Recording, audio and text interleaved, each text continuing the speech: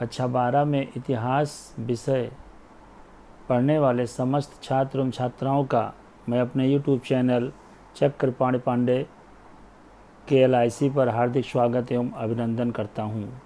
यह ऑनलाइन शिक्षा इतिहास विषय के संबंध में आपको दी जा रही है।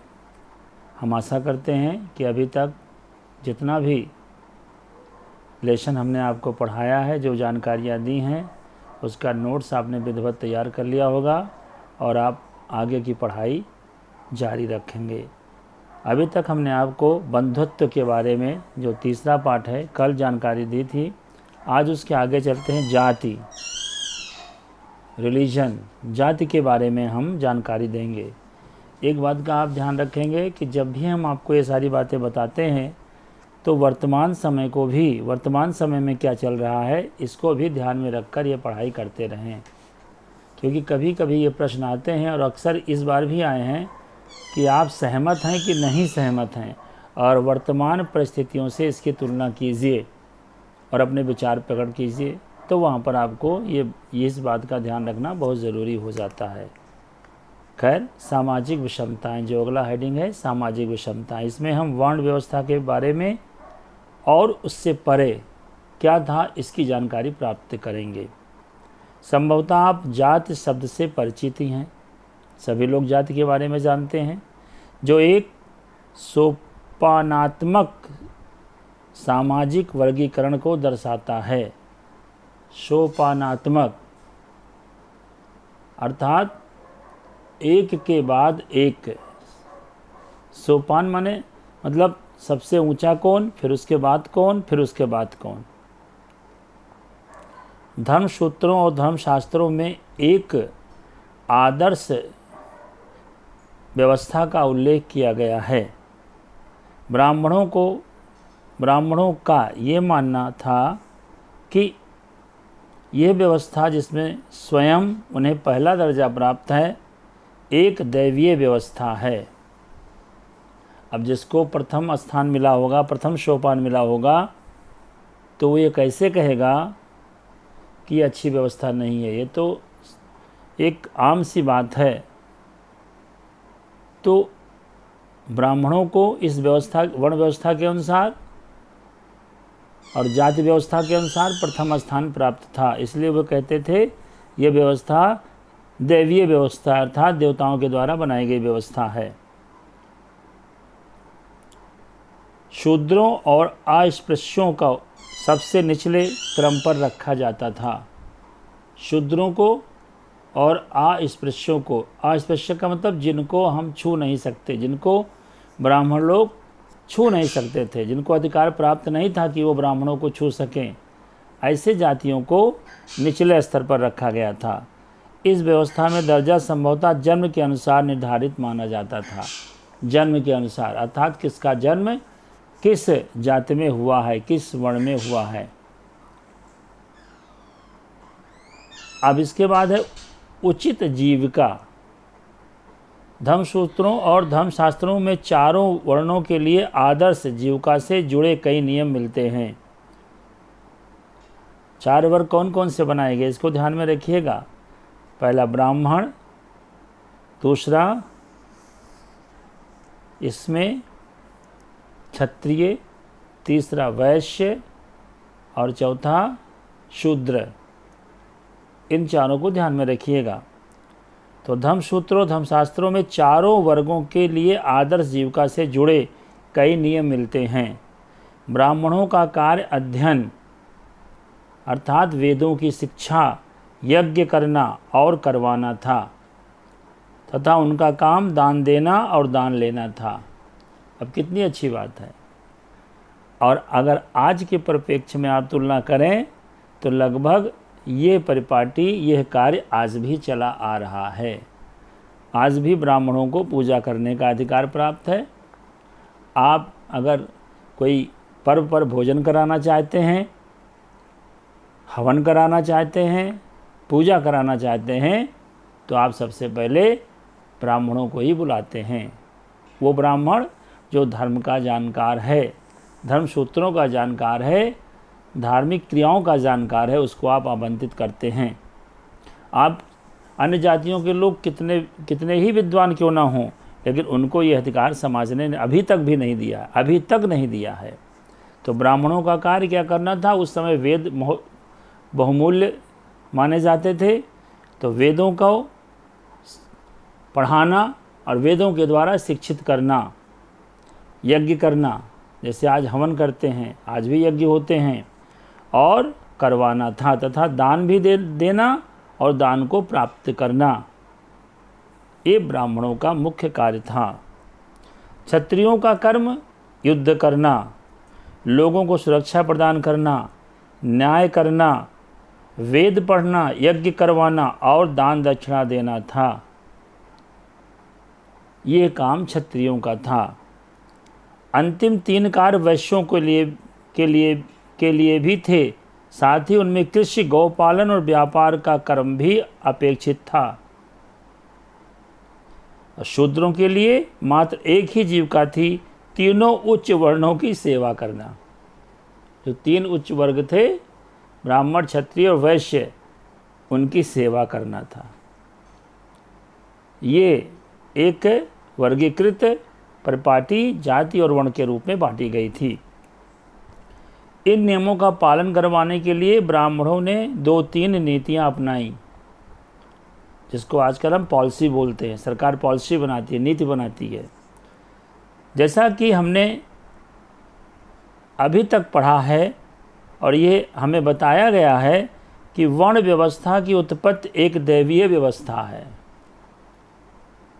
दूसरा, वे शासकों को यह उपदेश देते थे कि वे इस व्यवस्था के नियमों का अपने राज्यों में पालन करवाएं और उसका स्वयं अनुसरण करें, अर्थात उन नियमों को मानें।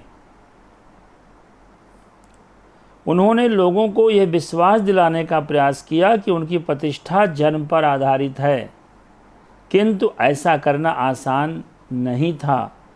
अतः इन मानदंडों को बहुधा महाभारत जैसे अनेक ग्रंथों में वर्णित कहानियों के द्वारा बल प्रदान किया जाता था। इस बात को आप ध्यानपूर्वक पढ़िएगा।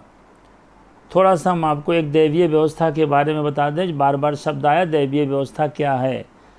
अपनी मान्यता को प्रमाणित करने के लिए ब्राह्मण बहुधा ऋग्वेद के पुरुष सूक्त मंत्र को उद्धृत करते थे। ऋग्वेद में एक सूत्र है जिसका नाम है पुरुष सूक्त मंत्र।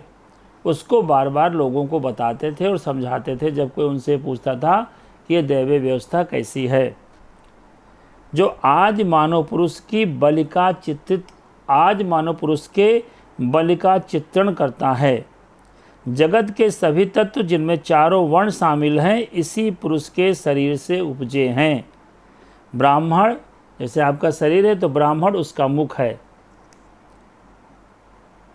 क्षत्रिय यानी उसकी भुजाएं हैं, जो छत्र का पद मिला है वो उसकी भुजाएं हैं। वैश्य उसकी जंघा थी और पैर से शूद्र की उत्पत्ति हुई। ऐसा एक सूक्त, पुरुष सूक्त मंत्र ऋग्वेद में आता है। आगे देखेंगे आप।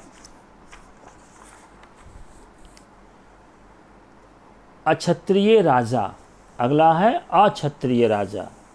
शास्त्रों के अनुसार केवल क्षत्रिय राजा हो सकते थे, किंतु अनेक महत्वपूर्ण राजवंशों की उत्पत्ति अन्य वर्णों से भी हुई। मौर्य वंश, जिसने एक विशाल साम्राज्य पर शासन किया, का उद्भव पर गर्मजोशी से बहस होती रही है।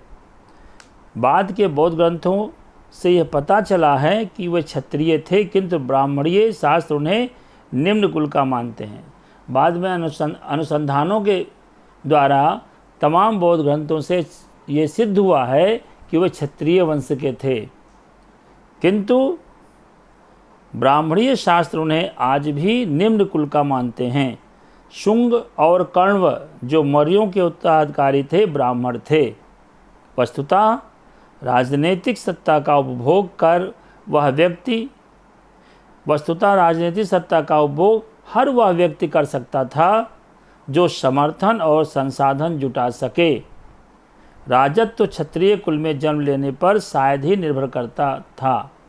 राजत्व यानी राजा का सिद्धांत, दैवीय सिद्धांत, राजत्व का सिद्धांत। और वर्तमान परिप्रेक्ष्य में हम देखें कि जब हमारे उच्च पद पर, देश के उच्च पद पर कोई व्यक्ति बैठता है तो वहाँ पर राजा होने के नाते किसी भी जाति धर्म का कोई महत्व नहीं रहता है, बहुधा वो जनता के द्वारा चुना हुआ व्यक्ति होता है।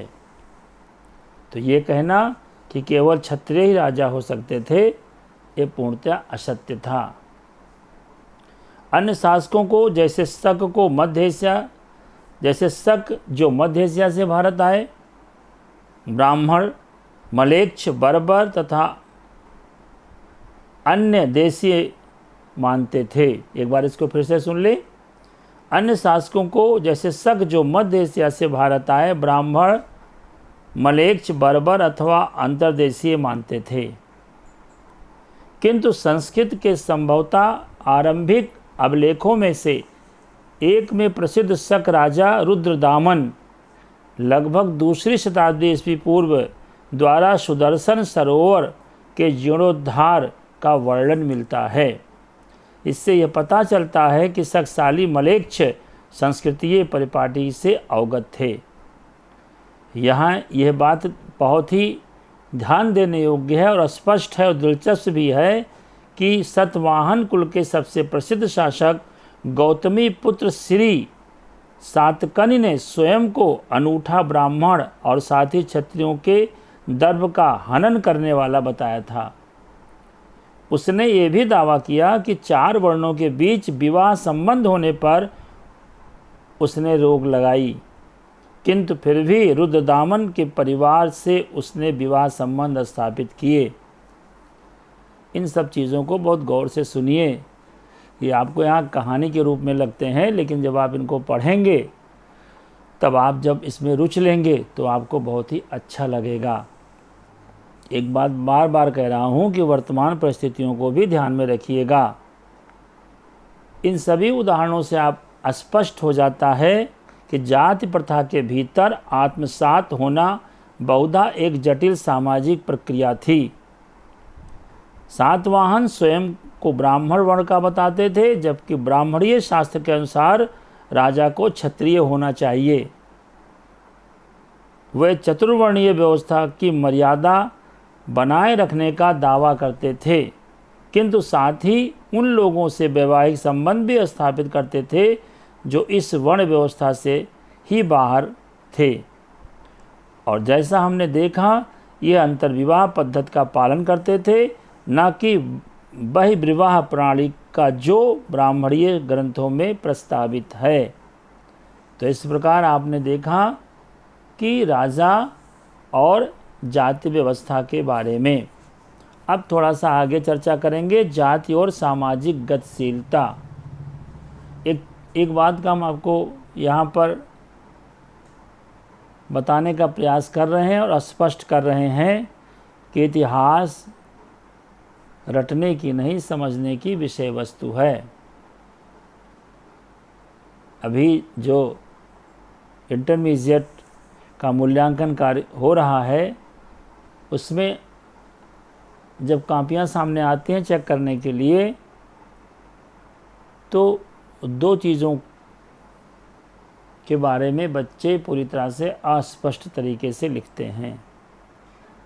क्या प्रश्न पूछा गया है और क्या उत्तर दे रहे हैं, ये उनको स्वयं पता नहीं होता है। तो कृपया ऐसा ना करें। जो कुछ आपको बताया जा रहा है, जो पूछा जा रहा है, उसी से संबंधित आप प्रश्नों का उत्तर वस्तुनिष्ठ तरीके से लिखें। तब आप देखें कि हिस्ट्री जैसे, इतिहास जैसे विषय में और नागरिकशास्त्र या अन्य जैसे अर्थशास्त्र जैसे विषय में, भूगोल जैसे विषय में कितना नंबर आपको प्राप्त होता है। और इसमें रुचि लें आप। जितना ही रुचि आप दिखाएंगे उतना ही आपको इतिहास अपनी तरफ खींचता चला आएगा। तो अगला हेडिंग है जाति और सामाजिक गतिशीलता। एक चीज़ और स्पष्ट कर दें, कोई भी चीज़ हमारे समाज से अछूती नहीं है।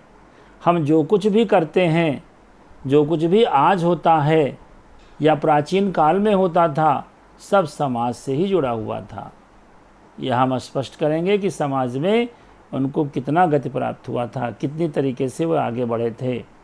ये जटिलताएं समाज के वर्गीकरण के लिए शास्त्रों में प्रयुक्त एक और शब्द जात से भी स्पष्ट होती है। ब्राह्मणीय सिद्धांत में वर्ण की तरह जात भी जन्म पर आधारित थी। आप पौधा फार्म भरते हो या आपसे कोई पूछता है कि आपकी जाति क्या है, ये जात शब्द ही अपने आप में एक बहुत बड़ा संदेह पैदा करता है। अगर हम लिखें कि हमारी जात मनुष्य है, मानवता है, मानवता हमारा धर्म है और मनुष्य हमारी जाति है, तो कितना अच्छा हो। कभी आपने जानवरों में ये भेद नहीं सुना होगा, नहीं देखा होगा कि वो किस जाति के हैं। प्रकार उनके अलग अलग हैं, लेकिन जाति तो जन्म लेने के बाद हमें पता चलती है। ये हमें समाज में बांटा गया, ये समाज की विभिन्नताएं हमें बताई गई। तो जो व्यक्ति जिस जाति में, कुल में जन्म लेता था, उसकी वही जाति हो जाती थी जिसके उसके पिता होते थे। अब एक यहाँ पर प्रश्न आपसे हम कर रहे हैं कि मान लीजिए किसी बालक का जन्म ब्राह्मण जाति में हुआ, ब्राह्मण कुल में हुआ, और पैदा होते ही उस बालक को किसी दूसरे जाति वर्ग में दे दिया गया, तो उसका लालन पालन कहाँ होगा? उस जाति में होगा जिसमें उसे दे दिया गया। और उसका जन्म कहाँ हुआ? ब्राह्मण कुल में। क्या कहलाएगा वो कौन सी जात? जब वो बड़ा होगा उससे पूछा जाएगा तो कौन सी जात वो बताएगा? वही बताएगा जहाँ पर उसका लालन पालन हुआ। वो तो इनोसेंट था, उसको तो कुछ पता ही नहीं था। तो जात का मतलब क्या रहेगा यहाँ पर? किंतु वर्ण जहाँ मात्र 4 थे, वही जातियों की कोई निश्चित संख्या नहीं थी। वस्तुतः जहाँ कहीं भी ब्राह्मणीय व्यवस्था नए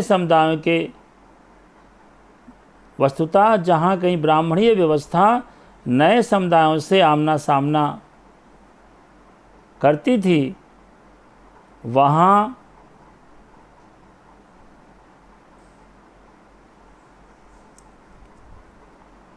इस बात को थोड़ा फिर से सुन लें। वस्तुतः जहाँ कहीं भी ब्राह्मणीय व्यवस्था का नए समुदायों से आमना सामना होता था, जैसे जंगल में रहने वाले निषाद या फिर व्यावसायिक वर्ग जैसे सुवर्णकार, जिन्हें 4 वर्णों वाली व्यवस्था में समाहित करना संभव नहीं था, उनका जाति में वर्गीकरण कर दिया गया। वे जातियां जो एक ही जीविका अथवा व्यवसाय से जुड़ी थी, उन्हें कभी कभी श्रेणियों से भी संगठित किया जाता था। हालांकि इन समुदायों के इतिहास का लेखा जोखा हमें कम ही प्राप्त होता है, किंतु कुछ अपवाद है, जैसे कि मंदसौर से मिला अभिलेख। इसमें रेशम के बुनकरों की एक श्रेणी का वर्णन मिलता है जो मूलतः लाट प्रदेश के निवासी थे और वहाँ से मंदसौर चले गए थे, जिसे उस समय दसपुर के नाम से जाना जाता था। ये कठिन यात्रा उन्होंने अपने बच्चों और बांधों के साथ संपन्न की। उन्होंने वहाँ के राजा की महानता के बारे में सुना था, अतः वे उनके राज्य में बसना चाहते थे। यह अभिलेख जटिल सामाजिक प्रक्रियाओं की झलक देता है तथा श्रेणियों के स्वरूप के विषय में अंतर्दृष्टि प्रदान करता है। हालांकि श्रेणी की सहजता शिल्प की विशेषज्ञता पर निर्भर थी। कुछ सदस्य अन्य जीविका भी अपना लेते थे। इस अभिलेख से ये भी ज्ञात होता है कि सदस्य एक व्यवसाय के अतिरिक्त और चीज़ों में भी सहभागी होते थे। सामूहिक रूप से उन्होंने शिल्प कर्म में अर्जित धन को सूर्य देवता के सम्मान में मंदिर बनवाने पर खर्च किया। तो इस प्रकार आज मैंने आपको जाति व्यवस्था के बारे में बताया है। कल हम आपको वर्ग व्यवस्था के बारे में, वर्ण व्यवस्था के बारे में चर्चा करेंगे। आज थोड़ा पढ़ाने में शब्दों का उलटफेर हुआ है। जो शब्द मैंने कुछ गलत बोले, फिर उसका मैंने फिर से शुद्ध तरीके से अनुवाद करके मैंने आपको बोला, वहाँ आप फिर से समझ लीजिएगा, कायदे समझ लीजिएगा। आज थोड़ी पढ़ाने में समस्या आई है, लेकिन हमें पूरा विश्वास है कि आप एक योग्य छात्र हो, एक योग्य छात्राएं हो, तो मेरी बातों को, जो कहीं मुझसे गलतियां हुई हैं, उसको आप संभाल लेंगे। कल हम फिर आपको इसके बारे में पढ़ाएंगे। जैसा कि पढ़ाने के दौरान हर समय हम आपको कोविड-19 के बारे में सजग करते रहते हैं। अब तो लगभग सभी लोग जान चुके होंगे कि कोविड-19 क्या है, इससे हमें कैसे बचाव करना है और कौन कौन से एहतियातन हमें कदम उठाने हैं जिससे इस बीमारी से हम अपने आप को बचा सकें। आज लॉकडाउन तीसरा समाप्त हो रहा है, कल से लॉकडाउन चौथा प्रारंभ हो जाएगा।